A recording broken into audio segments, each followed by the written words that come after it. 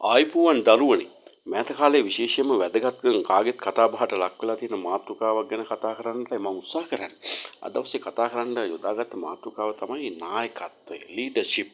වර්තමාන සමාජයේදී බලනකොට ලෝකයේ මට්ටමින් බලනකොට ශ්‍රී ලාංකික විදිහට බලනකොටත් මේ ලීඩර්ෂිප් එක ගැන නැත්නම් නායකත්වයේ පිළිබඳ කතා බහ කරනවා. සමහරක් අය විවේචන කරනවා, සමහරක් අය හොඳ නරක ගුණ දොස් ජාත්‍යන්තර මට්ටමින් පවා අපි කතා බහට ලක් වෙනවා. විශේෂයෙන්ම ඇමරිකාව, ජපානය, ඒ වගේම යුක්‍රේනයේ මැද පෙරදිග රටවල් ඕස්ට්‍රේලියාව, ජපානය, කොරියාව, ශ්‍රී ලංකාව ආදී විදියට මේ නායකත්වය ගැන කතා කරනවා. බොහෝ දෙනෙක් විවේචනය කරනවා හොඳ නරක ගුණ දොස් මේවා ගැන.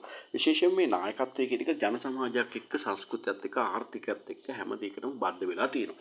එතකොට මේ නායකත්වයට තමයි අපිට විශේෂයෙන්ම ජනතාවගේ ශක්තිය රැඳී පවතින්නේ. ජනතාවගේ හෝ සමාජයේ හෝ ඉදිරි පැවැත්ම සංවර්ධන රැඳී පැවතින්නේ මේ නායකත්වයේ මත. නැත්නම් ලීඩර්ෂිප් එක මත. ඒකට මේ නායකත්වය ගැන කරුණු හොයන්නට කියලා හිතෙනකොට, කරුණු හොයා බලනකොට, කල්පනා කරනකොට මට මේ නායකත්ව ජාලය කියන සංකල්පයක් මට හඳුනා ගන්න ලැබුණා. ඒ වගේම මේ නායකත්ව ජාලය නැත්නම් ලීඩර්ෂිප් ග්‍රිඩ් එකක් ගැන කතා කරනකොට නායකත්ව ලක්ෂණ අපිට හඳුනා ගන්න පුළුවන් වුණා. මම හිතන්නේ අපේ දරුවන් විදිහට, පාසල් යන දරුවන් විදිහට විශේෂයෙන්ම මේ නායකත්ව ලක්ෂණ නැත්නම් ජාලයන් සහ මේ ලක්ෂණ හඳුනාගෙන තියෙන, කල්පනා කරලා තියෙන හිතන එක ඉතාම වැදගත් වෙනවා.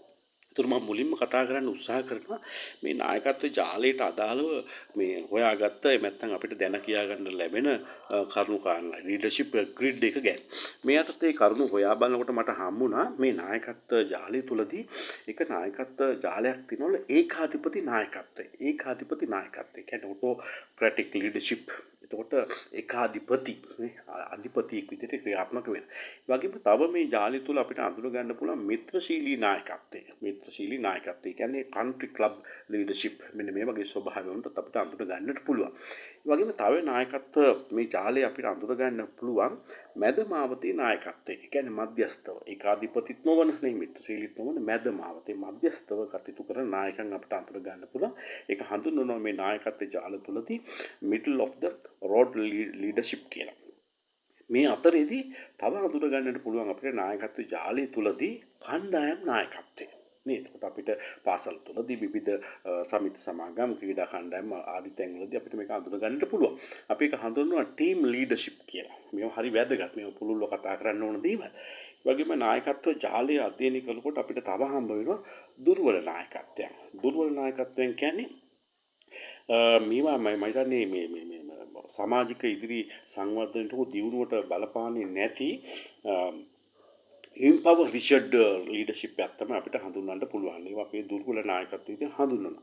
ඒ වගේම මේ ඒකාධිපති නායකත්වයේ වගේම අපි ඉහළින් කතා කරා වගේම සමානව කතා බහ කරන සමාජයේදී මේ නායකත්ව ජාලය තුලදී අධිපතිවාදී නායකත්වය ගැන. අධිපතිවාදී නායකත්වය ඒක හඳුන්වන්නේ ඔටෝක්‍රැටික් ලීඩර්ෂිප් විදිහට තමයි හඳුන්වන්නේ අධිපතිවාදී නායකත්වය. ඒ වගේම මේ නායකත්ව ජාලය තව අපිට හඳුනා ගන්න පුළුවන් මේ ප්‍රජාතන්ත්‍රවාදී නායකත්වය. ප්‍රජාතන්ත්‍රවාදී නායකත්වයේදී අපි ඒක හඳුන්වනවා ඩෙමොක්‍රැටික් ලීඩර්ෂිප් කියලා හඳුන්වනවා. ඒ විදිහට අපිට හඳුනා ගන්න පුළුවන් මේ නායකත්ව ජාල සංකල්පයේදී. ඒ විතරක් නෙමෙයි. මේ නායකත්ව ජාල සංකල්පයේදී අපි කතා බහ කරනකොට මේ විවිධ වූ නායකත්ව ජාල තුල අපිට හඳුනා ගන්න පුළුවන් ලක්ෂණ. ඒ ලක්ෂණ අපිට නම් කරන්න පුළුවන් ඕනෑම නායකයෙකු සතු ලක්ෂණ සහ ගුණාංග. ඕනම නායකයෙක් ගාව මේ ලක්ෂණ පොදුවේ තියෙන්නට පුළුවන්.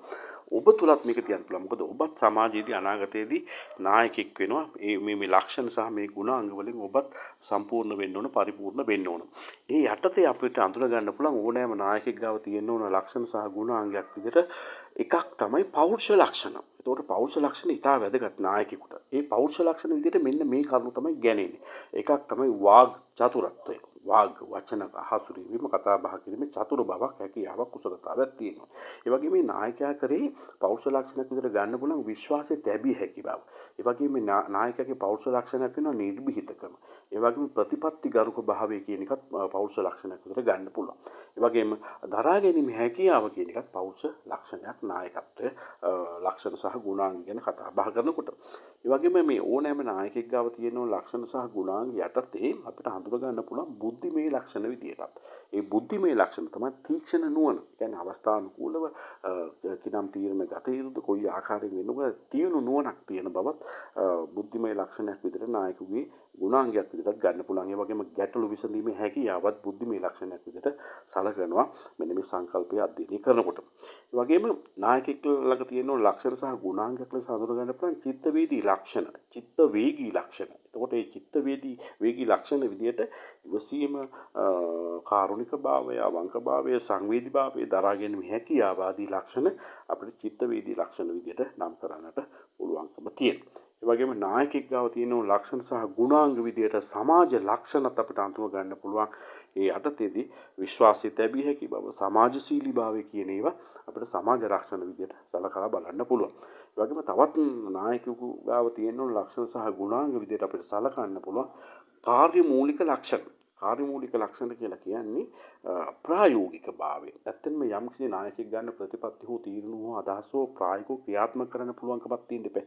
අන්න එයත් ලක්ෂණයක් විදිහට ගන්න පුළුවන්. ඒක අපි හඳුන්වන ඕනෑම නායකයෙක් ගාව තියෙන්න පුළුවන් ලක්ෂණ සහ ගුණාංග විදිහට ප්‍රායෝගික භාවය, ප්‍රතිපත්තිගරුක භාවය සහ ආධිපත්‍ය පැතිරවීමේ හැකියාව. මගම කාර්යශූර භාවය කියන ඒවත් අපි හඳුන්වනවා.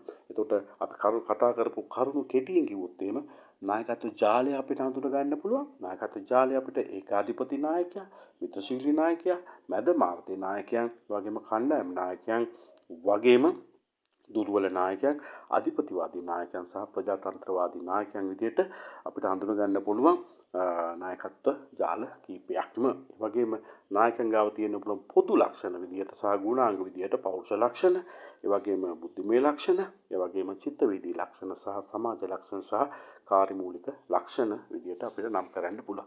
මෙන්න මේ කරුණු වලින් කොයි තාක් දුරට පරිපූර්ණ වෙනවාද කියන එක නායකයෙකුට ඉතා වැදගත් වෙනවා. නේ ධනේශ්වර ආර්ථික වේවා සමාජ සංස්කෘතික නැත්නම් දේශපාලන මේ මොනවා හරි මේ සමාජ යථාර්ථයක් ඕනම කණ්ඩායමක් තුළ ක්‍රියාත්මක වීමේදී ප්‍රජාතන්ත්‍රවාදී විදියට හෝ වෙනයම් ආකාරයෙන් හෝ ක්‍රියාත්මක වෙනකොට අපි ලෝකෙ තුල අධ්‍යයනය කරන්න පුළුවන් මෙන්න මේ වගේ නායකත්ව ජාලයන් තමයි ක්‍රියාත්මක වෙන්නේ. උදාහරණයක් ගත්තොත් ඇමරිකානු ප්‍රදේශයේ වගේම ආසියාවේ රුසියාවාදී ප්‍රදේශයේ වගේම නැගෙනහිර ආසියානු කලාපයේ නැත්නම් දකුණු ආසියානු කලාප, මැද පෙරදිග කලාප වගේම යුරෝපා කලාප විදිහට මෙන්න මේ වගේ විවිධ වූ නායකත්ව ජාලයන් අපිට හඳුනා ගන්න පුළුවන්. ඒගොල්ලන් ගාව තියෙන, මේ නායකයන් ගාව තියෙන ලක්ෂණ සහ ගුණාංගත් අපිට හඳුනා ගන්නට පුළුවන්. මෙන්න මේවත් ඔබත් තව කල්පනා කරන්න උත්සාහ කරලා බලන්න මෙවැනි ගුණාංග සහ ලක්ෂණ අඳුනගෙන මේ වගේ තත්ත්වයන් තුළදී ඔබ කොහොමද ඔබේ නායකත්වයේ අනාගතයේ සමාජයට ලබා දෙන්නේ? ඔබ කොහොමද නායකයෙක් විදිහට හැසිරෙන්නේ කියන කටයුතු කරන්න කියන එක අත්දැකීමක් ගන්න කරුණු ගා බලන්න. එහෙමනම් සිංහල වීඩියෝ YouTube channel එක like කරන්න, comment කරන්න, ඔබේ අදහස් දක්වන්න, subscribe කරන්න ආදරෙන් ඉල්ලනවා.